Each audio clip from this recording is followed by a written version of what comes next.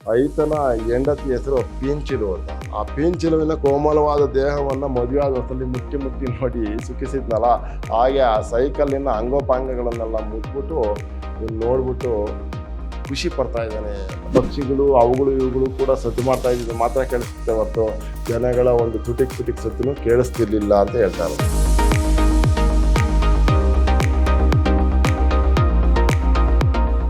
ಎಲ್ಲರಿಗೂ ನಮಸ್ಕಾರ. ನಾನು ವೆಂಕಟೇಶ್ ಕೆ ಬಿ, ಕನ್ನಡ ಉಪನ್ಯಾಸಕ, ವಿದ್ಯಾಶ್ರಮ ಪ್ರಥಮ ದರ್ಜೆ ಕಾಲೇಜು ಮೈಸೂರು. ಪ್ರಿಯ ವಿದ್ಯಾರ್ಥಿ ಸ್ನೇಹಿತರೆ, ನಾನು ಮೈಸೂರು ವಿಶ್ವವಿದ್ಯಾನಿಲಯಕ್ಕೆ ಸಂಬಂಧಪಟ್ಟ ಹಾಗೆ 4ನೇ ಚತುರ್ಮಾಸದ BCA ಮಕ್ಕಳಿಗಿಟ್ಟಿರುವಂತಹ ಕನ್ನಡ ಭಾಷಾ ಪಠ್ಯದಲ್ಲಿ ನಮ್ಮ ಕುವೆಂಪು ಅವರು ಬರೆದಿರುವಂತಹ ಒಂದು ವಿಶೇಷವಾದ ಕಾದಂಬರಿ ಮಲೆಗಳಲ್ಲಿ ಮದುಮಗಳು ಕಾದಂಬರಿಯ ಆಯ್ದ ಭಾಗವಾದ ಬೀಸೆಕಲ್ಲು ಸವಾರಿ ಅನ್ನುವಂಥ ಕಥೆಯನ್ನು ಕುರಿತು ನಾನು ಮಾತನಾಡ್ತಾ ಇದ್ದೆ. ಕಳೆದ ತರಗತಿಯಲ್ಲಿ ನಾನು ಎಲ್ಲಿವರೆಗೂ ಮಾತನಾಡಿದ್ದೆ ಅಂತಂದರೆ, ಜೀವರತ್ನಯ್ಯ ಬೆಟ್ಟಳ್ಳಿ ಕಲ್ಲಯ್ಯ ಗೌಡರ ಮಗ ಬೆಟ್ಟಳ್ಳಿಯ ದೇವೇಗೌಡರಿಗೆ ಏನೋ ಕಿಲಸ್ತರ ಜಾತಿಗೆ ಸೇರಿಸ್ಕೊಳ್ಬೇಕು ಅಂತ ಯೋಚನೆ ಮಾಡ್ತಾ ಇದ್ದಾನೆ. ಅದ್ರ ಜೊತೆಗೆ ಅದರ ಅಂಗವಾಗಿ ಅವನು ಬೈಸಿಕಲನ್ನು ಹೇಳ್ಕೊಡ್ಬೇಕು ಅಂತ ಅಂದ್ಬಿಟ್ಟು ತೀರ್ಮಾನ ಮಾಡ್ಕೊಂಡಿದ್ದಾನೆ.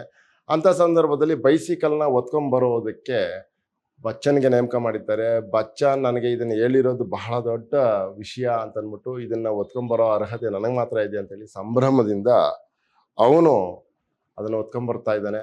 ಇನ್ನೂ ಒತ್ಕೊಂಡ್ಬಂದಿಲ್ವಲ್ಲ ಅಂತ ಅಂದ್ಬಿಟ್ಟು ದೇವಯ್ಯ ಗೌಡ್ರೆ ಬಂದು ಅವನ್ನ ಬೈಕೊಂಡು ಹಿಂಗಪ್ಪ ಎತ್ಕೊಂಡ್ಬರ್ಬೇಕು ಅಂತ ಎತ್ಕೋಬಾರೋ ಅಂತ ಹೇಳ್ತಾ ಇದ್ದಾನೆ. ಈಗ ಅವ್ರು ಎತ್ಕೊಂಡ್ಬರ್ತಾರೆ. ಅಂಥ ಸಂದರ್ಭದಲ್ಲಿ ಏನು ನಡೆಯುತ್ತೆ ನೋಡೋಣ. ದೇವಯ್ಯ ಗೌಡರ ಹಿಂದೆ ಬೈಸಿಕಲನ್ನು ಹೊತ್ತ ಇಬ್ಬರು ಆಳುಗಳು ಬರುತ್ತಿದ್ದನ್ನು ಕಂಡು ಅಕ್ಕಲೆ ಎದುರಿಸರಾಗಿ ನೋಡಿತು. ಪ್ರಶಂಸಾ ರೂಪದ, ನಿರಾಶಾ ರೂಪದ, ಆಶ್ಚರ್ಯ ರೂಪದ, ತಾತ್ಸಾರ ರೂಪದ ನಾನಾ ವ್ಯಾಖ್ಯಾನಗಳು ಗುಜುಗುಜಿಸತೊಡಗಿದವು. ಎಲ್ಲರಿಗೂ ಅದನ್ನು ಒತ್ಕೊಂಡ್ ದೇವಯ್ಯ ಗೌಡರ ಹಿಂದ್ಗಡೆ ಯಾರೋ ಇಬ್ಬರು ಆಳುಗಳು ಒತ್ಕೊಂಡ್ಬರ್ತಾ ಇದ್ದಾರೆ ನೋಡಿ, ಏನೇನೋ ಮಾತಾಡ್ಕೊತಾ ಇದ್ದಾರೆ ಗುಜುಗು ಅಂತ ಅಂದ್ಬಿಟ್ಟು. ಕೆಲವರು ಆಹಾ ಹೆಂಗೈತೆ ಅಂತ, ಇನ್ನು ಕೆಲವರು ತಿರಸ್ಕಾರದಲ್ಲಿ, ಇನ್ನೊಬ್ರು ತಾಸಾದಲೆ ಅದೇನಿಲ್ಲ ಹಿಂಗೆಲ್ಲ ಏನೇನೋ ಮಾತಾಡ್ತಾ ಇದ್ದಾರೆ. ಬಂತು ಬೀಸಿಕಲ್ಲು ಅಂತ ಒಬ್ಬ. ಅದೆಂತ ಬೀಸೆಕಲ್ಲು, ಪಳ ಹೊಳಿತಿದೆಯಲ್ಲೋ, ಅಯ್ಯೋ ಬೀಸೆಕಲ್ಲಿಗೆ 2 ಓಳಿರ್ತವೆ, ಇದಕ್ಕೆ 2 ಚಕ್ರ ಇದ್ದಂಗಿವೆಯಲ್ಲೋ, ಇದು ಬೀಸೆಕಲ್ಗೆ 2 ಓಳಿರ್ತವೆ, ಇದು 2 ಚಕ್ರ ಇದ್ದಂಗೆ ಐತಲ್ಲೋ ಅಂತ ಅಂದ್ಬಿಟ್ಟು ಅನ್ಕೊಂಡಿದ್ದ. ಬೀಸೆಕಲ್ಲಲ್ಲೋ ಬೈಸಿಕಲ್ ಅಂತೋ, ಬೀಸೆಕಲ್ಲಲ್ಲೋ ಬೈಸಿಕಲ್ ಅಂತೋ, ನೋಡು ಕೆಳಗೆ ಇಳಿಸ್ತಾರೆ ನೋಡಿದ್ಯಾ, ಈಗ ಹೆಂಗೆ ಹಿಡ್ಕೊಂಡಾನೆ, ಅಲ್ಲೋ ಗಾಡಿಯಲ್ಲಿ ಇದ್ದಂಗೆ ಒಂದರ ಹೊತ್ತಿನಲ್ಲಿ 1 ಚಕ್ರ ಇರಾದ್ ಬಿಟ್ಟು ಒಂದರ ಹಿಂದೆ 1 ಚಕ್ರ ಇದೆ, ಹೆಂಗೆ ನಡೀತದ್ಯೋ ನೋಡಿ ಹೆಂಗ್ ಮಾತಾಡ್ತಾ ಇದಾರೆ ಅಂತ. ಒಂದ್ರ ಪಕ್ಕದಲ್ಲಿ 1 ಇರಬೇಕಾಗಿತ್ತು, ಈಗ 1ರಿಂದ 1 ಐತಲ್ಲಪ್ಪ, ಹೆಂಗಪ್ಪ ಹೋಯ್ತದೆ, ಬಿದ್ದೋಗಲ್ವಾ ಇದು ಅಂದ್ಬಿಟ್ಟು ಹಳ್ಳಿ ಜನಗಳು ಅದೇ ಮೊದಲ ಬಾರಿಗೆ ಬೈಸಿಕಲನ್ನು ನೋಡಿದ ಜನಗಳು ಮಾತಾಡ್ತಾ ಇದ್ದಾರೆ. ಹತ್ತಿದ್ರೆ ನಿಲ್ಲೋದು ಹೆಂಗೋ, ಮಗ್ಗಿಗೆ ಮಗುಚ್ಕೊಳ್ತದೆ ನೋಡ್ತಿರೋ, ಅದೇನೋ ಟ್ರಿನ್ ಅಂತದೆ, ಅದೇನೋ ಟ್ರಿನ್ ಅಂತದೆ, ಹತ್ತಿದ್ರೆ ಬಿದ್ದೆ ಹೋಯ್ತೆ, ದಾರಿ ಬಿಡ್ಸಾಕೆ ಗಂಟೆ ಬಾರ್ಸತ್ ಕಣೋ. ಅದು ಟ್ರಿನ್ ಅಂದ್ರೆ ಅದಲ್ಲ, ದಾರಿ ಬಿಡ್ಸಾಕೆ ಅದು ಬಾರ್ಸೋದು ಕಣೋ. ಹಂಗಾರೆ ಟ್ರಿನ್ ಮಾಡ್ತಾ ಇದ್ರೆ ಅದರಷ್ಟಕ್ಕೆ ಅದೇ ದಾರಿ ಆಗ್ತಾ ಹೋಗ್ತದಾ? ಹಾಗಾದ್ರೆ ಟ್ರಿನ್ ಮಾಡ್ತಾ ಇದ್ರೆ ಅದರಷ್ಟಕ್ಕೆ ಅದೇ ದಾರಿ ಕೊಡ್ತಾ ಹೋಯ್ತದ, ದಾರಿ ಮಾಡ್ತಾ ಹೋಯ್ತದ ಅಂತಾನ. ಅಲ್ಲಿ ಅವನ್ ನೋಡೋ ಆ ಬಚ್ಚನ್ನ ಒಲೆರ ಕುರ್ದೆಗೆ ಏನ್ ದೌಲತ್ ಬಂದ್ಬಿಟ್ಟದೆ, ತಲೆಗೆ ಕೆಂಪು ವಸ್ತ್ರ ಏನು, ಅಂಗಿ ಏನು, ಆಹಾಹಾ ಪಂಚೆ ಮೊಣಕಾಲ್ ದಾಟೆ ಬಿಟ್ಟದಲ್ಲೂ ಅಂತ ಅಂದ್ಬಿಟ್ಟು ಮಾತಾಡ್ತಾ ಇರೋದು. ನೋಡೋ ಅವನ್ನ ಒತ್ಕೊಂಬರಕ್ಕೆ ಹೇಳಿದ್ರಲ್ಲ, ಅವ್ನಿಗೆ ಹೇಳ್ತಾರಲ್ಲ, ಆ ಬಚ್ಚನ ಒಲೆರ ಕುರ್ದೆ ನೋಡೋ, ಅವನು ನೋಡೋ ಏನಾಗ್ಬಿಟ್ಟವನೆ, ಅದನ್ನ ಒತ್ಕೊಂಬಂದ್ಬಿಟ್ಟಿದ್ದೀನಿ ಅಂತ ಅಂದ್ಬಿಟ್ಟು ಏನು ಮಾತಾಡ್ತಾವನೆ ನೋಡೋ ಅವನು ಅಂತ. ಮತ್ತೇನಂತ ಮಾಡಿ ಆಚೆ ನಾಡೋ ಮದುವಣಿಗ ಆಗೋನು ದೊಡ್ಡ ಬೀರನ ಮಗಳು ತಿಮ್ಮಮ್ಮನ ಮಗ್ಗಲಾಗೆ ಅಂತ ಮಾತಾಡ. ಅವನೇನ್ ಅನ್ಕೊಂಡ್ಬಿಟ್ಟಿದ್ಯೋ, ನನ್ನ ನಾಡೋ ಆಚೆ ನಾಡಿದ್ದೋ ಏನೋ, ಅವನು ತಿಮ್ಮಮ್ಮನ ಮಗಳಾಗೆ ಮಲ್ಕೊಳ್ಳೋನು ಕಣ, ಅವನು ಮದ್ವೆ ಆಯ್ತಾನೆ ದೊಡ್ಡ ಬೀರನ ಮಗಳನ್ನ ಅಂತ ಮಾತಾಡ್ತಾ ಇರೋದು. ಅಕ್ಕಲ ಅಂಚಿನಲ್ಲಿ ನೋಡಿ, ಅಗಳು ಹತ್ತೆ ಬಿಟ್ಟ ಪಾದ್ರಿ, ಸೈಕಲ್ ಮೇಲೆ ಹತ್ತೆ ಬಿಟ್ಟ ಪಾದ್ರಿ ನೋಡೋಂತ ಇರೋದು. ಅಕ್ಕಲನ ಅಂಚಿನಲ್ಲಿ ಸುತ್ತಿದ್ದ ಅಡವಿಗೆ ಒತ್ತಿ ನಿಂತಿದ್ದ ಜನಸಮೂಹ ಸುತ್ತ 4 ದಿಕ್ಕಿನಿಂದಲೂ ಪಾದ್ರಿ ಹಿಡಿದಿದ್ದ ಬೈಸಿಕಲ್ಲಿನ ಬಳಿಗೆ ನುಗ್ಗಿತು. ಆ ನುಗ್ಗಲಿನಲ್ಲಿ ಮುಟ್ಟಬಹುದಾದವರು ಮುಟ್ಟಬಾರದವರು ಎಂಬ ಭೇದ ಭಾವಕ್ಕೆ ರಿಯಾಯಿತಿ ಒದಗಿದಂತಾಗಿ ಪಾದ್ರಿಯ ವೃತ್ತಿ ಬುದ್ಧಿ ತನಗೆ ತಾನೇ ಹೇಳಿಕೊಂಡಿತು. ಪಾದ್ರಿಯ ಎಲ್ಲ ಮುಟ್ಬೋದಾದವರು ಮುಟ್ಟದೇ ಇರೋರು ಎಲ್ಲರೂ ಕೂಡ ಇವರೆಲ್ಲರೂ ಇದ್ರೆ ಎಲ್ಲರೂ ಆ ಬೈಸಿಕಲನ್ನು ಮುಟ್ಟೋದಕ್ಕೆ ಶುರು ಆದರು. ಆಗ ನೋಡ್ತಾ ಇದ್ದಾಗ ಈ ಸೈಕಲನ್ನು ನೋಡ್ಬಿಟ್ಟು ಹಿಂಗೆಲ್ಲ ಆತರ ಬಿಟ್ಕೊಂಡು ಬಿದ್ಕೊಂಡು ಬರ್ತಾ ಇದಾರಲ್ಲ ಅಂತಂದಾಗ ಪಾದ್ರಿ ಮನಸ್ಸು ಏನು ಹೇಳ್ತು ಅಂದರೆ, ನೋಡಿ, ಮತ ಪ್ರಚಾರಕ್ಕೆ ಬೈಬಲ್ ಯೇಸು ಕ್ರಿಸ್ತನಿಗಿಂತಲೂ ಬೈಸಿಕಲ್ಲೇ ಹೆಚ್ಚು ಪ್ರಭಾವಶಾಲಿ ಅಂತ ಅನ್ಕೊಂಡ ಆ ಜೀವರತ್ನಯ್ಯ ಅಂತ. ಈ ಏನೋ ಮತ ಪ್ರಚಾರಕ್ಕೆ ಬೈಬಲ್ ಆಗಿರಲಿ ಯೇಸು ಕ್ರಿಸ್ತ ಆಗಿರಲಿ ಏನೋ ಪ್ರಯೋಜನ ಇಲ್ಲಪ್ಪ, ನಮಗೆ ಇಂಥ ಸೈಕಲ್ ಆಗಿದ್ರೆ ಬಹಳ ಬೇಗ ಜನನ ನಾವು ಮರಳು ಮಾಡಿಬಿಟ್ಟು ಮತಾಂತರ ಮಾಡ್ಕೋಬೋದಿತ್ತು ಅಂತ ಅನ್ನಿಸ್ತು ಜೀವರತ್ನಯ್ಯನಿಗೆ. ಗುತ್ತಿ ಬೈಸಿಕಲ್ಲಿನ ಚಕ್ರದ ಟೈರನ್ನು ಹೆದರಿದಿರಿ ಮುಟ್ಟಿ ನೋಡಿ, ಗಾಡಿ ಚಕ್ರಕ್ಕಿರುವಂತೆ ಅದಕ್ಕೆ ಕಬ್ಬಿಣದ ಹಳಿ ಇಲ್ಲದೆ ಏನೂ ಮೆತ್ತಗಿರುವಂತಿರೋ ಕರಿ ವಸ್ತು ಸುತ್ತಿರುವುದನ್ನು ನೋಡಿ ಸೋಚಿಕ ಪಡುತ್ತಿದ್ದನು. ಆ ಟೈರನ್ನು ಮುಟ್ಟಿ ನೋಡಿ, ಗಾಡಿ ಚಕ್ರಕ್ಕಿರುವಾಗೆ ಆ ಕಡೆ ಈ ಕಡೆ ಇಲ್ಲ, ಇದೊಂಥರ ವಿಶೇಷವಾಗಿದೆಯಲ್ಲ ಅಂತ ಮುಟ್ಟಿ ನೋಡಿ ಒಂಥರ ಸೋಜಿಕ ಪಡ್ತಿದ್ದ. ನೋಡಿ, ಕಾಳಿಂಗನ ಹಾವು ಸುತ್ತಿದ ಹಾಂಗಿದೆಯಲ್ಲ ಎಂದುಕೊಳ್ಳುತ್ತಿರುವಷ್ಟರಲ್ಲಿ ಯಾರೋ ಹಿಂದಿನಿಂದ ನುಗ್ಗಿದವರು ಅವನ ಇಮ್ಮಡಿಯನ್ನು ಬಲವಾಗಿ ಮೆಟ್ಟಿಬಿಟ್ಟರು. ಯಾರೋ ಹಿಂದಿನಿಂದ ಬಂದವರು ಅವನ ಇಮ್ಮಡಿಯನ್ನ ಬಲವಾಗಿ ಮೆಟ್ಬಿಟ್ರು. ಯಾವನೋದು, ನಿಂಗೇನು ಮುಖದ ಮೇಲೆ ಕಣ್ಣಿದೆಯೋ ಇಲ್ಲೋ ಎಂದು ರೇಗಿ ತಿರುಗಿ ನೋಡಿದ ಗುತ್ತಿಯ ಮೋರೆ. ಹಂಗಂತ ಬೈದ್ಬಿಟ್ಟು, ನಿನಗೆ ಮುಖದ ಮೇಲೆ ಕಣ್ಣಾಯ್ತಾ ಇಲ್ವೋ ಅಂತ ಅಂದ್ಬಿಟ್ಟು ತಿರುಗಿ ನೋಡ್ದ. ಅಷ್ಟಲ್ಲೇ ಗುತ್ತಿ ಕಾಣಿಸ್ತಾ ಇದ್ದಾನೆ. ಕೋಪ ಮುದ್ರೆಯನ್ನು ತಟಕ್ಕನೆ ತ್ಯಜಿಸಿ ಪರಿಚಿತವಾದ ಸ್ನೇಹ ಮುಖವನ್ನು ಗುಸಿದಂತೆ ಮುಗುಳು ನಗುತ್ತಾ, ಅಯ್ಯೋ ನೀನೇನೋ ನಾನು ಯಾರೋ ಅಂತ ಮಾಡಿದ್ದೆ ಎಂದನು. ಅದಕ್ಕೆ ಉತ್ತರವಾಗಿ ಐತ ಪಿಚಕ್ಕನೆ ಅಲ್ಲೇ ಬಿಡುತ್ತಾ, ನಾನು ಒಂದು ಚೂರು ಮುಟ್ಟಿ ನೋಡ್ತೀನೋ ಎಂದು ಅಂಗಲಾಚಲು ಗುತ್ತಿ ಅವನಿಗೂ ಸ್ವಲ್ಪ ಜಾಗ ಬಿಟ್ಟು ಕೊಟ್ಟನು. ಗುತ್ತಿ ಹಿಂಗೆ ಹಿಂದಕ್ಕೆ ತಿರುಗಿ ನೋಡ್ದ, ಅವನು ತುಳಿದು ಬಿಟ್ಟಿದ್ನಲ್ಲ ಕಾಲ್ನ ಅಂತ. ಅದು ಯಾರು ಅಂತಂದ್ರೆ ಇನ್ಯಾರು ಇಲ್ಲ, ಅವನು ಐತ ಹಂಗೆ ನೋಡಿದ್ದವನು. ನಾನು ಒಂದು ಸ್ವಲ್ಪ ಈ ಬೈಸಿಕಲ್ನ ನೋಡ್ತೀನಿ ಕಣ, ಒಂಚೂರು ಜಾಗ ಬಿಡೋ ಅಂತಂದಾಗ ಅವನು ಬಿಡ್ತಾ ಇದ್ದಾನೆ ಅಂತ. ಪಿಂಚಲುವಿನ ಕೋಮಲವಾದ ಅಂಗೋಪಾಂಗಗಳನ್ನು ಏಕಾಂತದಲ್ಲಿ ಸ್ಪರ್ಶಿಸಿ ಐತ ಬೈಸಿಕಲ್ಲಿನ ನಾನಾ ಭಾಗಗಳನ್ನು ತಾನು ಮದುವೆಯಾದ ಮೊದಲಲ್ಲಿ ಸುಖಿಸಿದಂತೆ ಮುಟ್ಟಿ ಮುಟ್ಟಿ ನೋಡಿ ತೃಪ್ತಿಯ ಅತಿಶಯಕ್ಕೆಂಬಂತೆ ನಿಡಿದಾಗಿ ಉಸಿರೆಳೆದುಕೊಂಡು ಸೂಯಿದನು. ಐತನ ಹೆಂಡತಿ ಹೆಸರು ಪೀಂಚಿಲು ಅಂತ. ಆ ಪೀಂಚಿಲುವಿನ ಕೋಮಲವಾದ ದೇಹವನ್ನ ಮದುವೆಯಾದ ಹೊಸಲ್ಲಿ ಮುಟ್ಟಿ ಮುಟ್ಟಿ ನೋಡಿ ಸುಖಿಸಿದ್ನಲ್ಲ, ಹಾಗೆ ಆ ಸೈಕಲ್ಲಿನ ಅಂಗೋಪಾಂಗಗಳನ್ನೆಲ್ಲ ಮುಟ್ಬಿಟ್ಟು ಇವ್ನು ನೋಡ್ಬಿಟ್ಟು ಖುಷಿ ಪಡ್ತಾ ಇದ್ದಾನೆ ಅಂತ. ಗುತ್ತಿ ನೋಡುತ್ತಾನೆ, ತನ್ನ ಹೆಗಲ ಮೇಲುಗಡೆಯಿಂದ ಇನ್ನೂ ಒಂದು ಕೈ ಚಾಚಿ ಬೈಸಿಕಲನ್ನು ಮುಟ್ಟಲು ಪ್ರಯತ್ನಿಸುತ್ತಿದೆ. ತಿರುಗಿ ನೋಡಿದರೆ ಸೇರೆಗಾರ ಚಿಂಕರ ತಲೆಬಾಚಿ ಮಂಡೆ ಕಟ್ಟಿ ಹೂ ಸಿಕ್ಕಿಸಿಕೊಂಡಿದ್ದಾನೆ. ಎಲೆ ಅಡಿಕೆ ಹಾಕಿ ತುಟಿ ರಂಗಾಗಿದೆ. ಇನ್ನೂ ಒಂದು ಕೈ ಬಚ್ಚ ನೋಡ್ತಾನೆ, ಇನ್ನೂ ಒಂದು ಕೈ ಮೇಲೆ ಬಂದು ಗುತ್ತಿ ನೋಡ್ತಾನೆ, ಹಂಗೆ ಇನ್ನೊಂದು ಕೈ ಬರ್ತಾ ಇದೆ ಅಂತ ಹೇಳ್ತಾರೆ. ನೋಡಿ, ಮೇಲ್ಗಡೆಯಿಂದ ಇನ್ನೂ ಒಂದು ಕೈ ಬರ್ತಾ ಇದೆ. ಅದು ಯಾರು ಅಂತಂದ್ರೆ ಚಿಂಕ್ರ, ಸೇರೆಗಾರರ ಚಿಂಕ್ರ ಅಂತ. ಅಷ್ಟರಲ್ಲಿ ಪಾದ್ರಿ ದೇವಯ್ಯಗೆ ಬೈಸಿಕಲ್ ಸವಾರಿ ಕಲಿಸ್ಲಿಕ್ಕಾಗಿ ಜನರನ್ನೆಲ್ಲ ದೂರ ಹೋಗ ಹೇಳಿದನು. ಆದರೆ ಅವರಿನ್ನೂ ಬೈಸಿಕಲನ್ನು ಮುಟ್ಟಿ ನೋಡಿ ತಣ್ಣಿದಂತೆ ತೋರದಿರಲು ಹಠಾತ್ತನೆ 2-3 ನಿಮಿಷ ಬಿಡದ ಬೆಲ್ ಬಾರಿಸಿ ಬಿಟ್ಟನು. ಜನ ಅಂತ ಬೆಲ್ ಬಾರಿಸ್ಬಿಟ್ಟ. ಅವಾಗ ಏನಾಯ್ತು ಅಂತಂದ್ರೆ ಜನ ಹೆದರಿ ಬೆದರಿ ಹಿಗ್ಗಿ ನುಗ್ಗಿ ಒಂದೇ ಏಟಿಗೆ ಹಿಮ್ಮೆಟ್ಟಿ ಓಡಿಬಿಟ್ಟರು ಹಕ್ಕಲಿನ ಹಂಚಿಗೆ. ಎಲ್ಲರೂ ಆ ಕಡೆ ಹೊಟ್ಟೋದ್ರು. ಸರಿ, ಶುರುವಾಯ್ತು ಅಭ್ಯಾಸ. ಸೈಕಲ್ ಅಭ್ಯಾಸ ಶುರುವಾಯ್ತು. ಹೆಂಗೆ?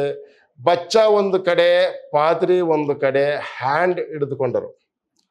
ಬಚ್ಚ ಒಂದು ಕಡೆ ಹ್ಯಾಂಡ್ಲ್ ಹಿಡ್ಕೊಂಡ, ಪಾದ್ರಿ ಒಂದು ಕಡೆ ಹ್ಯಾಂಡ್ಲ್ ಹಿಡ್ಕೊಂಡು ಮಧ್ಯದಲ್ಲಿ ಕೂರ್ಸ್ಕೊತಾರೆ. ದೇವಯ್ಯ ಬೈಸಿಕಲ್ ಕಚ್ಚೆ ಹಾಕಿ ಕೂಟು ಬಿಚ್ಚಿಟ್ಟು ಮೆಟ್ಟುಗಳನ್ನು ಕಳಚಿಟ್ಟು ಪಾದ್ರಿಯ ನಿರ್ದೇಶನಂತೆ ಪೆಡ್ಲಿನ ಬುಡಕ್ಕೆ ಕಾಲಿಟ್ಟು ತನ್ನ ಭಾರವನ್ನೆಲ್ಲ ಎತ್ತಿ ಸೀಟಿನ ಮೇಲೆ ಕೂತನು. ಹೋಗಿ ಸೀಟಿನ ಮೇಲೆ, ಸೈಕಲ್ ಸೀಟಿನ ಮೇಲೆ ಕೂತ್ಕೊಂಡ. ಏನಾಯ್ತು? ಅವನ ಭಾರ ತುಯ್ದ ಹೊಡೆತಕ್ಕೆ ಬಚ್ಚನ ಕೈ ಹೊಂಗಿ ಬೈಸಿಕಲ್ ಅವನತ್ತ ಬಾಗಿ ಬೀಳುವುದರಲ್ಲಿತ್ತು. ಪಾದ್ರಿ ಬಲವಾಗಿ ಎಳೆದು ನಿಲ್ಲಿಸಿ ಬಚ್ಚನಿಗೆ ಎಚ್ಚರಿಕೆ ಹೇಳಿದನು. ಅವನವನ್ ಕೂತ್ಕೊಂಡಟ್ಲೆ ಒಬ್ಬನ ಕಡೆ ಹಿಂಗೆ ಬಾರ್ತ ಈ ಕೈ ಬಿದ್ದು ಭಾರ ಬಿದ್ದು ಹಿಂಗೆ ಹೋಯ್ತಾ ಇದ್ದ. ಅವಾಗ ಪಾದ್ರಿ ಹೇಳ್ದ, ಸರಿಯಾಗಿ ಇಟ್ಕೊಳಪ್ಪ ಅಂತ ಅಂದ್ಬಿಟ್ಟು ಅವನಿಗೆ ಹೇಳ್ದ. ಆವಾಗ ಬಚ್ಚ ಅದನ್ನ ಗಟ್ಟಿಯಾಗಿ ಇಟ್ಕೊಂಡ.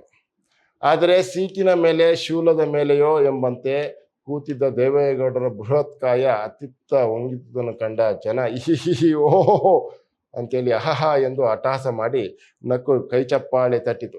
ಮೊದಲೇ ತುಸು ದಿಗಿಲುಗೊಂಡು ವಿಲಕ್ಷಣ ಭಾವವನ್ನು ಅನುಭವಿಸುತ್ತಿದ್ದ ದೇವಯ್ಯನಿಗೆ ಅವಮಾನವಾದಂತಾಗಿ ಸಿಟ್ಟು ಬಂದಿತು. ಮೊದಲೇ ತಾನು ಓಡ್ಸಕ್ಕಾಯ್ತಾ ಇಲ್ಲ ಅನ್ನುವಂತಹ ಒಂದು ನಿರಾಶೆಯಿಂದ ಸಿಟ್ಟು ಬಂದು ಒಂದು ವಿಲಕ್ಷಣ ಭಾವ ಇತ್ತು. ಅದರಿಂದ ಇವರು ಎಲ್ಲ ನಕ್ಕದ್ ನೋಡ್ಕೊಂಡು ಅವನಿಗೆ ಇನ್ನೂ ಕೋಪ ಬಂತು. ಅದನ್ನೆಲ್ಲ ಗಮನಿಸಿದಂಥ ಜೀವರತ್ನಯ್ಯ ಅವರನ್ನೆಲ್ಲ ದೂರ ಹೋಗಿ ಅಂತ ಹೇಳ್ತಾ ಇದ್ದಾನೆ. ಬರೀ ಉದ್ವೇಗದಿಂದಲೇ ಆಯಾಸಗೊಂಡಂತೆ ಅವನ ಮುಖದ ಮೇಲೆ ಬೆವರಿಳಿಯತೊಡಗಿತು. ಅವನ ಇಚ್ಛೆಯಂತೆ ಅಂಚಿನಲ್ಲಿ ನೆರೆದಿದ್ದ ಜನರಿಗೆ ಪಾದ್ರಿ ಸಂದೇಶ ಕಳಿಸಿದನು. ಗೌಡರು ಗಾಬರಿ ಆಗ್ತಾರೆ, ಯಾರು ಕೂಗಬಾರದು, ನಗಬಾರದು, ನಿಶಬ್ದವಾಗಿರಬೇಕು ಎಂದು. ಒಡನೆಯೇ ಎಲ್ಲ ಮನುಷ್ಯ ಸದ್ದು ಅಡಗಿತು. ಪೊದೆಗಳಲ್ಲಿ ಪಿಗಳಾರಗಳು ಕೂಗುತ್ತಿದ್ದುದು, ಹಾರಿ ಹೋಗುತ್ತಿದ್ದ ಗಿಳಿ ಕಾಮಳ್ಳಿಗಳ ಹಿಂಡು ಉಳಿಯುತ್ತಿದ್ದುದು, ಮಿಂಚೊಳ್ಳಿಯೊಂದು ಮಾಮಾಮ ಎಂದು ಕರೆಯುತ್ತಿದ್ದುದು ಕೇಳಿಸಿತು. ಅಷ್ಟೇ, ಜನರೆಲ್ಲರೂ ಸದ್ದು ನಿಲ್ಲಿಸ್ಬಿಟ್ರು. ಪಕ್ಷಿಗಳು ಅವುಗಳು ಇವುಗಳು ಕೂಡ ಸದ್ದು ಮಾಡ್ತಾ ಇದ್ದಿದ್ದು ಮಾತ್ರ ಕೇಳಿಸ್ತಿತ್ತೆ ಹೊರತು ಜನಗಳ ಒಂದು ತುಟಿಕ್ ಪಿಟಿಕ್ ಸದ್ದನ್ನು ಕೇಳಿಸ್ತಿರ್ಲಿಲ್ಲ ಅಂತ ಹೇಳ್ತಾರೆ. ಅಕ್ಕಲಿನ ಅಸಮನೆಲದಲ್ಲಿ ಬಚ್ಚನು ಪಾದ್ರಿಯು ಬೈಸಿಕಲನ್ನು ತಳ್ಳುತ್ತಿದ್ದರು. ಕಷ್ಟಪಟ್ಟು ಎಚ್ಚರಿಕೆಯಿಂದ ಪೆಟ್ಟುಗಳ ಮೇಲೆ ಕಾಲಿಟ್ಟು ಅವು ಚಲಿಸಿದಂತೆಲ್ಲ ಅನೈಚ್ಛಿಕವಾಗಿ ದೇವಯ್ಯನ ಕಾಲು ಮೇಲೆ ಕೆಳಗೆ ಹೋಗಿ ಬರ್ತಿದ್ದವು. ಇವ್ರು ತಳ್ತಾ ಇದ್ದಂಗೆ ಪೆಡ್ಲು ತಿರುಗ್ತಿತ್ತಲ್ಲ, ಇವನು ಪ್ರಯತ್ನ ಪಡಲಿಲ್ಲ ಅಂತಂದ್ರೂ ಕೂಡ ಇವನ ಕಾಲುಗಳು ಮೇಲೆ ಕೆಳಗಡೆ ಹಿಂಗೆ ಹೋಗ್ಬಿಟ್ಟು ಹಿಂಗೆ ಬರ್ತಾ ಇದ್ವು ಅಂತ ಹೇಳ್ತಾರೆ. ಆದರೆ ತುಸು ಇಳಿಜಾರು ಇದ್ದ ಒಂದೆಡೆ ಪಾದ್ರಿಯ ನಿರ್ದೇಶನದಂತೆ ಬಚ್ಚ ಕೈ ಬಿಟ್ಟೊಡನೆ ಪಾದ್ರಿಯ ಆತುಕೊಳ್ಳುವ ಪ್ರಯತ್ನವು ವಿಫಲವಾಗಿ ದೇವಯ್ಯನ ಭಾರಕ್ಕೆ ಬೈಸಿಕಲ್ಲು ಮುಂದಕ್ಕೆ ತುಸು ದೂರ ವೇಗವಾಗಿ ಉರುಳಿ ನೆರೆದವರೆಲ್ಲ ಓ ಓ ಓ ಎಂದು ಬೊಬ್ಬೆ ಇಡುತ್ತದಂತೆಯೇ ಒಂದು ಅರಮರಲ ಮಟ್ಟಿನೊಳಕ್ಕೆ ನುಗ್ಗಿಬಿಟ್ಟಿತ್ತು. ದೇವಯ್ಯ ಮುಳ್ಳಿನ ಮೇಲೆ ಮುಖ ಅಡಿಯಾಗಿ ಮುಂದಕ್ಕೆ ಬಿದ್ದು ಮುಳ್ಳಿಗೀರಿದ ಗಾಯಗಳು ಕೆನ್ನೆ ಗಲ್ಲ ಮೂಗಿನ ಮೇಲೆ ಕೆಂಪಾಗಿ ಕಾಣಿಸಿಕೊಂಡವು. ಒಂದು ಸ್ವಲ್ಪ ಹೊತ್ತು ಹಿಂಗೆ ಹೋಗ್ತಾ ಇರುವಾಗ ಒಂದು ಸ್ವಲ್ಪ ಇಳಿಜಾರು ಸಿಗ್ತಾ ಇದ್ದಂಗೆ ಪಾದ್ರಿಯ ನಿರ್ದೇಶನದಂತೆ ಅವನು ಬಿಟ್ಬಿಟ್ಟ. ಆಗ ಬಚ್ಚ ಕೈ ಬಿಟ್ಟ ತಕ್ಷಣನೇ ದೇವಯ್ಯ ಅದ್ರ ಮೇಲೆ ಕುತ್ಕೊಂಡಿದ್ದಲ್ಲ, ಹಿಂಗೆ ಹೋಗ್ತಾ ಇದ್ದ, ಮುಂದಕ್ಕೆ ಹೋಗ್ತಾ ಇದ್ದಂಗೆ ಒಂದೇ ಕಡೆ ಭಾರ ಆಗ್ಬಿಟ್ಟು ಮುಳ್ಳಿನ ಪೊದೆ ಒಳಗಡೆ ಹೋಗಿ ಬಿದ್ದು ಮುಖ ಮೈ ಎಲ್ಲ ತರ್ಚ್ಕೊತು, ಕೆಂಪಗಾಗೋಯ್ತು ಅಂತ ನೋಡಿ. ನುಗ್ಗಿ ಬಂದ ಜನರನ್ನೆಲ್ಲ ಹಿಂದಕ್ಕೆ ಹಟ್ಟಿ ಪಾದ್ರಿ ಬಚ್ಚನೊಬ್ಬನ ನೆರವಿನಿಂದಲೇ ಬೈಸಿಕಲ್ಲನ್ನು ದೇವಯ್ಯನನ್ನು ಮುಳ್ಳಿನ ಮಟ್ಟಿನಿಂದ ಹಿಂದೆ ಕೆಳಗೆ ಎತ್ತಿ ನಿಲ್ಲಿಸಿದನು. ಸೈಕಲ್ಲನ್ನು ಮತ್ತು ದೇವೇಗೌಡರನ್ನು ಎತ್ತಿ ನಿಲ್ಲಿಸ್ತಾ ಆ ಬಚ್ಚನ ಸಹಾಯದಿಂದ, ಏ ಬಚ್ಚ ಒಂದು ಬಿದಿರುಗಳು ತಗೊಂಡ್ ಬಾರೋ, ಒಂದು ಬಿದಿರುಗಳು ತಗೊಂಬಾರ ಅಂತ ಹೇಳಿದ್ರು. ಏನೋ ಕೆಲಸ ಮಾತಾಡ್ರಿ. ದೇವಯ್ಯನ ಆಜ್ಞೆಯಂತೆ 7-8 ಮಾರು ಉದ್ದದ ಒಂದು ಗಳವನ್ನು ತಂದು ಬೈಸಿಕಲಿನ ಹ್ಯಾಂಡ್ಲಿಗೆ ಜೋಡಿಸಿ ಬಳ್ಳಿಗಳಿಂದ ಬಿಗಿದು ಸುತ್ತಿದರು. ಒಂದು ಗಳವನ್ನು ತಗೊಂಡು ಬಂದು ಆ ಸೈಕಲ್ನ 2 ಹ್ಯಾಂಡ್ಲಿಗೆ ಹಿಂಗೆ ಕಟ್ಬಿಟ್ರು, ಉದ್ದಕ್ಕೂ ಕಟ್ಬಿಟ್ಟು ಆ ಬಳ್ಳಿಗಳಿಂದ ಸುತ್ತಿದ್ರು. ದೂರ ನಿಂತು ನೋಡುತ್ತಿದ್ದವರಲ್ಲಿ 5-6 ಆಳುಗಳನ್ನು ಬಳಿಗೆ ಕರೆದವರು. ದೂರ ನಿಂತು ನೋಡ್ತಿದ್ದಂಥ 5-6 ಆಳುಗಳನ್ನು ಕರೆದ್ರು. ಏನು ಅವ್ರಿಗೆ ಸಂಭ್ರಮ ಆಗೈತೆ, ನಮ್ಮನ್ನು ಕರೆದ್ರಲ್ಲ ಅಂತ. ತಿಮ್ಮಿಯ ಅಪ್ಪ ದೊಡ್ಡ ಬೀರನಾದಿಯಾಗಿ ನಾ ಮುಂದೆ ತಾ ಮುಂದೆ ಎಂದು ತವಕಿಸಿ ಬಂದವರನ್ನು ಗಾಡಿಯ ನೊಗಕ್ಕೆ ಎತ್ತು ಕಟ್ಟುವಂತೆ ಆ ಕಡೆ 3 ಈ ಕಡೆ 3 ಗಳುವಿಗೆ ಕೈಗೊಳ್ಳುವಂತೆ ಮಾಡಿದರು. ಆ ಕಡೆ 3 ಜನ ಈ ಕಡೆ 3 ಜನ ಹಿಡ್ಕೊಂಡ್ರು ಗಳಿಗೆ, ಆ ದೊಡ್ಡ ಗಳಿನಲ್ಲಿ. ಅಂದ್ರೆ ಎಳ್ಕೊಂಡು ಹೋಗೋದು ಇವರೇ, ಹ್ಯಾಂಡ್ಲು ಆ ಕಡೆ ಈ ಕಡೆ ತಿರುಗಿಸಕ್ ಸಾಧ್ಯ ಆಗೋದಿಲ್ಲ, ಹಂಗಾಯ್ತು. ಅತ್ತಿತ್ತ ಅಲ್ಲಾಡದೆ ನೆಟ್ಟಗೆ ನಿಂತ ಬೈಸಿಕಲಿನ ಸಿಟ್ಟಿಗೆ ದೇವಯ್ಯ ಧೈರ್ಯವಾಗಿ ಹತ್ತಿ ಕೂತನು. ಗಳು ಹಿಡಿದವರು ಬೈಸಿಕಲ್ಲನ್ನು ಎಳೆದುಕೊಂಡು ಹೊರಟರು. ಗಳುವಿಗೆ ಭದ್ರವಾಗಿ ಕಟ್ಟಿದ ಹ್ಯಾಂಡ್ ತಿರುಗುವ ಸಂಭವವೇ ಇರಲಿಲ್ಲ. ಹ್ಯಾಂಡ್ಲು ಆ ಕಡೆ ಈ ಕಡೆ ತಿರುಗ ಸಂಭವ ಇಲ್ಲ, ಯಾಕಂದ್ರೆ ಗಳು ಕಟ್ಬಿಟ್ಟಿದ್ರು. ಅದು ಗಳು ಹಿಡಿದವರ ವಶವಾಗಿ ಅವರು ಎಳೆದಷ್ಟೇ ವೇಗದಲ್ಲಿ ಅವರು ಎಳೆದತ್ತ ಹೋಗುತ್ತೆ ವಿನ ದೇವಯ್ಯನ ವಶದಲ್ಲಿ ಇರಲಿಲ್ಲ. ದೇವಯ್ಯ ಹ್ಯಾಂಡ್ಲನ್ನು ತಿರುಗಿಸಕ್ಕೆ ಸಾಧ್ಯ ಆಗ್ತಾ ಇರಲಿಲ್ಲ. ಈ ಗಳು ಕಟ್ಟಿರೋರು ಯಾವ ಕಡೆ ತಿರುಗಿಸ್ತಾರೋ ಹೆಂಗೆ ಎಳಿತಾರೋ ಹಂಗೆ ಹೋಗ್ತಿತ್ತು ಹೊರತು ಬೈಸಿಕಲ್ಲು ದೇವಯ್ಯನ ವಶದಲ್ಲಿ ಸೈಕಲ್ ಇರಲಿಲ್ಲ ಅಂತ ಹೇಳ್ತಾರೆ. ಆದರೆ ಬೈಸಿಕಲ್ ಹೋಗುವ ಅಥವಾ ಬೀಳುವ ಭಯ ಒಂದಿನಿತೂ ಇರೋದು. ಅವನು ದಂಡಿಗೆ ಮೇಲೆ ಕುಳಿತಂತೆ ಖುಷಿಯಾಗಿ ಸವಾರಿ ಮಾಡ್ತಿದ್ದನು. ಆದರೆ ಅದನ್ನ ನೋಡ್ದ ಪಾದ್ರಿಗೆ ಗೊತ್ತಿತ್ತು, ಅದರ ಪ್ರಯೋಜನ ಬರಿಯ ನಲಿವಿಕೆಯಾಗಿತ್ತೆ ಹೊರತು ಕಲಿವಿಕೆ ಆಗಿರಲಿಲ್ಲ. ಕೇವಲ ಅದ್ರ ಮೇಲೆ ಕುತ್ಕೊಂಡು ಅವನಿಗೆ ಎಳ್ಕೊಂಡು ಹೋಗ್ತಾ ಇದ್ದಾರೆ ಹೊರತು ಖುಷಿ ಪಟ್ಕೊಳ್ಬೋದೇ ಹೊರತು ಅವನು ಸೈಕಲ್ನ ಕಲ್ತ ಅನುಭವನೂ ಆಗ್ತಿಲ್ಲ, ಕಲಿಯೋಕ್ಕೂ ಸಾಧ್ಯ ಆಗ್ತಿಲ್ಲ ಅಂದ್ಬಿಟ್ಟು ಆ ಜೀವರತ್ನಯ್ಯ ಪಾದ್ರಿಗೆ ಗೊತ್ತಿತ್ತು ಅಂತ ಹೇಳ್ತಾರೆ. ಗುತ್ತಿ ನೋಡಿದ ಬೆಟ್ಟಳ್ಳಿ ಒಲಗೇರಿಯ ಜನರಲ್ಲಿ ಮುಕ್ಕಾಲ ಪಾಲು ಅಕ್ಕಲಿನಲ್ಲಿ ನೆರೆದಿತ್ತು. ಹೆಂಗಸರು ಮಕ್ಕಳು ಸೇರಿ ಎಲ್ಲರೂ ಸೇರಿದ್ರು. ತಿಮ್ಮಿಯನ್ನು ಮದುವೆಯಾಗಲಿರುವ ಬಚ್ಚನಂತೂ ಕಾರ್ಯಕಲಾಪದ ಕೇಂದ್ರದಲ್ಲಿಯೇ ಇದ್ದನು. ಬಚ್ಚ ಯಾಕಂತಂದ್ರೆ ಮಾತೆತ್ತಿದ್ರೆ ದೇವೇಗೌಡರು ಬಚ್ಚನ್ನೇ ಕರೀತಾ ಇದ್ರು, ಜೀವರತ್ನಯ್ಯನ ಕರೀತಿದ್ದ. ತಿಮ್ಮಿ ಅಪ್ಪ ದೊಡ್ಡಬೀರನು ಬೈಸಿಕಲ್ ನೊಗಕ್ಕೆ ಹೆಗಲು ಕೊಟ್ಟಿದ್ದನು. ಹೆಂಗಸರ ಗುಂಪಿನಲ್ಲಿ ತಿಮ್ಮಿಯಾಗಲಿ ತಿಮ್ಮಿಯ ತಾಯಿ ಸೇಸಿಯಾಗಲಿ ಕಾಣಿಸಲಿಲ್ಲ. ಹೆಂಗಸರಿನ ಗುಂಪಿನಲ್ಲಿ ತಿಮ್ಮಿ ಆಗಲಿ ತಿಮ್ಮಿಯ ತಾಯಿ ಸೇಸಿಯಾಗಲಿ ಕಾಣಿಸ್ಲಿಲ್ಲ. ತಾನು ಬಂದ ಕೆಲಸಕ್ಕೆ ಆ ಬೈಸಿಕಲ್ ಸವಾರಿಯ ಅಭ್ಯಾಸವು ದೇವರೇ ಒದಗಿಸಿಕೊಟ್ಟ ಸದಾವಕಾಶದಂತೆ ಭಾಸವಾಯಿತು ಗುತ್ತಿಗೆ. ತನ್ನ ಸಮೀಪದಲ್ಲಿಯೇ ನಿಂತು ತದೇಕ ಚಿತ್ತದಿಂದ ಬೈಸಿಕಲ್ ಮೆರವಣಿಗೆಯನ್ನು ವೀಕ್ಷಿಸುತ್ತಿದ್ದ ಐತನ ಹೆಗಲ ಮೇಲೆ ಕೈಯಿಟ್ಟು ಕಣ್ಣು ಮಿಟುಕಿಸಿನಿಂದಲೇ ಅವನನ್ನು ಪಕ್ಕಕ್ಕೆ ಕರೆದು ಪಿಸು ಮಾತಿನಲ್ಲಿ ಹೇಳಿದನು. ಸ್ವಲ್ಪ ಹೊತ್ತು ಪಕ್ಕ ಹಿಂಗೆ ಕರೆದ್ಬಿಟ್ಟು ಪಕ್ಕಕ್ಕೆ ಕರ್ಕೊಂಡೋಗಿ ಆ ಐತನಿಗೆ ಏನೋ ಮಾತನ್ನ ಹೇಳ್ತಾ ಇದ್ದಾನೆ. ಏನಂತ ಹೇಳ್ತಾ ಇದ್ದಾನೆ ನೋಡೋಣ.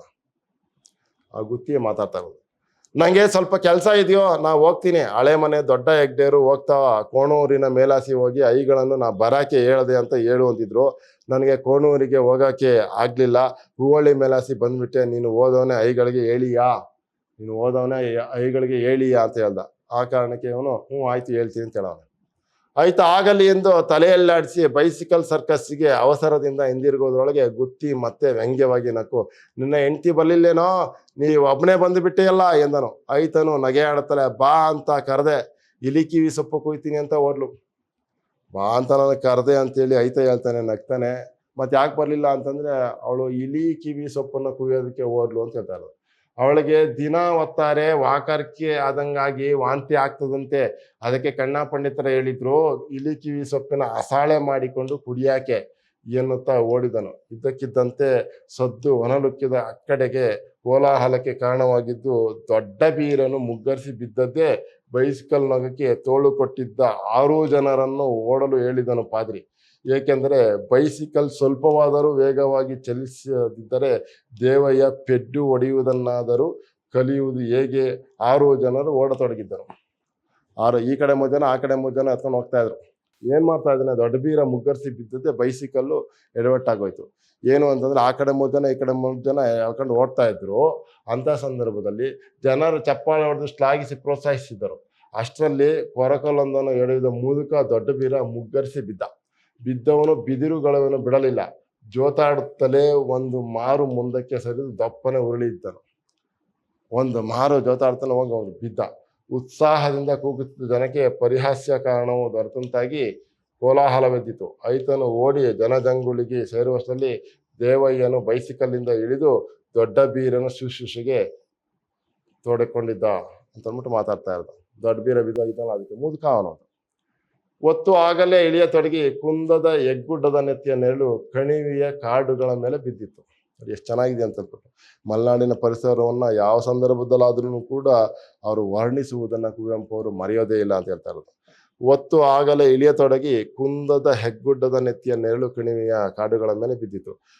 ಹಿಂದಿನ ದಿನದ ಹೆಮ್ಮಳೆಯಲ್ಲಿ, ಹಿಂದೆ ಬಹಳ ದೊಡ್ಡ ಜೋರು ಮಳೆ ಆಗಿತ್ತು ಅಂತ ಹೇಳ್ತಾರೆ, ಹೆಮ್ಮಳೆಯಲ್ಲಿ ತೊಯ್ದ ಕಾಳಿನ ಹಸಿರು ಅಲ್ಲಲ್ಲಿ ಕೆಂಪು ಬಿಸಿಲಿನ ರಂಗಿನಲ್ಲಿ ಸುಮನೋಹರವಾಗಿ ಮನಮೋಹಿಸುತ್ತಿತ್ತು. ಹಗಲಿಗೂ ಇರುಳಿಗೂ ನಡುವಣ ಸಂಧಿ ಸಮಯದ ಸೌಂದರ್ಯ ಶಾಂತಿ ಮಲೆನಾಡನ್ನು ಅಪ್ಪಿಕೊಂಡಿತ್ತು. ಕತ್ತಲೆ ದಟ್ಟೈಸುವುದರೊಳಗೆ ತಮ್ಮ ಮನೆಗಳನ್ನು ಸೇರಿಕೊಳ್ಳುವ ಸಲುವಾಗಿ ದೂರದ ಹಳ್ಳಿಗಳಿಂದ ಬಂದಿದ್ದವರೆಲ್ಲ ಹೊರಡತೊಡಗಿದರು ಅಂತ ಹೇಳ್ತಾರೆ. ಈ ಬೈಸಿಕಲ್ ವ್ಯಾಪಾರವನ್ನ ನೋಡೋಣ, ಈ ಬೈಸಿಕಲ್ನ ಹೆಂಗೆ ಜೀವರತ್ನಯ್ಯ ದೇವಯ್ಯಗೌಡರು ಕಲ್ಸ್ಕೊಡ್ತಾರೆ ಅಂತ ನೋಡೋಣ ಅಂತ ಬಂದಿದ್ರಲ್ಲ, ಅವರೆಲ್ಲರೂ ಕೂಡ ಸಂಜೆ ಆಗ್ತಾ ಇತ್ತು. ಆ ಕಾರಣಕ್ಕೆ ಎಲ್ಲರೂ ಕೂಡ ತಮ್ಮ ಊರುಗಳಿಗೆ ತಮ್ಮ ಮನೆಗಳಿಗೆ ಹೊರಡೋದಕ್ಕೆ ವಿದ್ಯುಕ್ತರಾದ್ರು, ಆರಂಭಿಸಿದ್ರು ಅನ್ನುವಂಥ ವಿಚಾರವನ್ನ ಇಲ್ಲಿ ಮುಗಿಸ್ತಾರೆ. ಈ ರೀತಿಯಾಗಿ ಬೀಸೆಕಲ್ಲು ಅನ್ನುವಂಥ ಪ್ರಸಂಗ ಇತ್ತು. ನೀವುಗಳು ಏನಾದ್ರೂ ಮಲೆನಾಡಿನ ಮಲೆಗಳಲ್ಲಿ ಮದುಮಗಳು ಅನ್ನುವಂಥ ಕಾದಂಬರಿಯನ್ನ ಓದಿದ್ರೆ ಬಹಳ ಸೊಗಸಾಗಿರುತ್ತೆ. ಇದ್ರ ಮುಂದಿನ ಭಾಗಗಳು ಏನೇನೆಲ್ಲ ಆಯ್ತು, ದೇವಯ್ಯ ಗೌಡ್ರು ಮತಾಂತರ ಆದ್ರೋ ಇಲ್ವೋ, ಅದಕ್ಕೆ ಯಾರು ವಿರೋಧಿಸಿದ್ರು ಅನ್ನುವಂಥ ವಿಚಾರ ಎಲ್ಲವೂ ಕೂಡ ನಿಮಗೆ ಸ್ಪಷ್ಟವಾಗಿ ಗೊತ್ತಾಗುತ್ತೆ. ಆ ಕಾರಣಕ್ಕೆ ನೀವು ಕಾದಂಬರಿಯನ್ನು ಓದಲೇಬೇಕು. ಬಹಳ ಸೊಗಸಾದಂಥ ಕಾದಂಬರಿ. ಕುವೆಂಪು ಅವರು ಬರೆದಿರೋ 2 ಕಾದಂಬರಿಗಳು ತುಂಬ ಸೊಗಸಾದಂಥ ಕಾದಂಬರಿಗಳು. ಪ್ರಿಯ ವಿದ್ಯಾರ್ಥಿಗಳ, ಈ ರೀತಿಯ ವಿಷಯವನ್ನ ನೀವು ಮನಸ್ಸಿಗೆ ಇಟ್ಕೊಂಡು ಕಾದಂಬರಿಯನ್ನು ಮುಂದಿನ ದಿನಗಳಲ್ಲಿ ಓದುವಂಥ ಆಸಕ್ತಿಯನ್ನು ತೋರಿಸ್ತೀರಿ ಅನ್ನುವಂಥ ವಿಶ್ವಾಸದಿಂದ ನನ್ನ ತರಗತಿಯನ್ನು ಮುಗಿಸ್ತಾ ಇದ್ದೀನಿ. ಎಲ್ಲರಿಗೂ ಒಳ್ಳೆಯದಾಗಲಿ. ಮತ್ತೆ ಸಿಗೋಣ. ನಮಸ್ಕಾರ.